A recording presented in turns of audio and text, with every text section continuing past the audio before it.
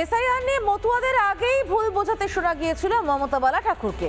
এবার সেই পথেই হাঁটলেন প্রাক্তন কংগ্রেস সাংসদ অধীর রঞ্জন চৌধুরীও। মতুয়াদের একাংশকে নিয়ে মিছিলে হাঁটলেনও তিনি। ইন্ডি জোটের সঙ্গের হাতে হাত রেখে মিথ্যাচারের রাজনীতিতে মাতলেন অধীর রঞ্জন চৌধুরীও।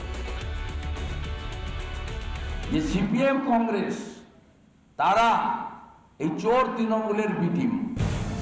শুভেন্দু অধিকারী ও বিজেপির তরফ থেকে বারে বারে উঠে আসা এই অভিযোগেই কার্যত শিলমোহর দিল সোমবারের মতুয়াদের মিছিলে অধীর রঞ্জনের উপস্থিতি।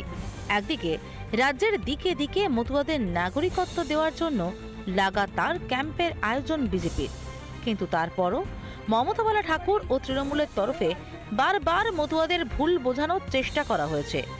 আর সেই ফাঁদে পা দিয়ে মতুয়াদেরই একাংশ নামল কলকাতার রাজপথে।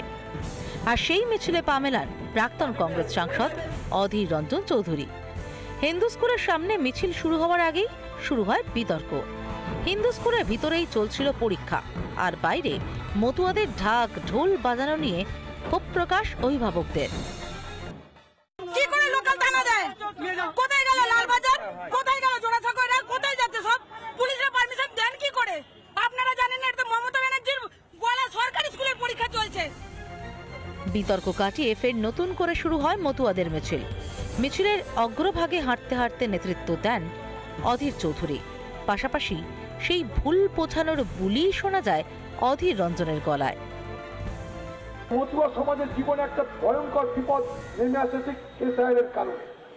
নির্বাচন কমিশন তারা জারি করেছে এসআইআর, আর সাধারণ মানুষের জীবন হচ্ছে ছারখার। আজকে এই মতুয়া সমাজের পাশে তাই দাঁড়ানোটা, তাদেরকে সমর্থন করাটা আমার কাছে এবং আমার সাথীদের কাছে মানবিক কারণ বলে আমি মনে করি। মতুয়াদের নাগরিকত্ব দেওয়ার জন্য কেন্দ্রের তরফে শুরু করেছে সিএএ। সেই সিএএতে আবেদনও করছেন বহু মতুয়ারা, কিন্তু সেসব চোখে পড়ে না মমতা বালা ঠাকুর বা অধীর বাবুদের। নাকি সব দেখেও সব জেনেও তলে তলে আঁতাত তৈরি হয়েছে তৃণমূল, বাম ও কংগ্রেসের। অর্ণব মজুমদারের রিপোর্ট, রিপাবলিক বাংলা। নানা ধরনের কন্টেন্ট দেখার জন্য লাইক করুন, শেয়ার করুন আমাদের ফেসবুক পেজ, সাবস্ক্রাইব করুন আমাদের ইউটিউব চ্যানেল। পাশাপাশি অন্যান্য ব্রেকিং নিউজের জন্য অবশ্যই চোখ রাখুন রিপাবলিক বাংলায়।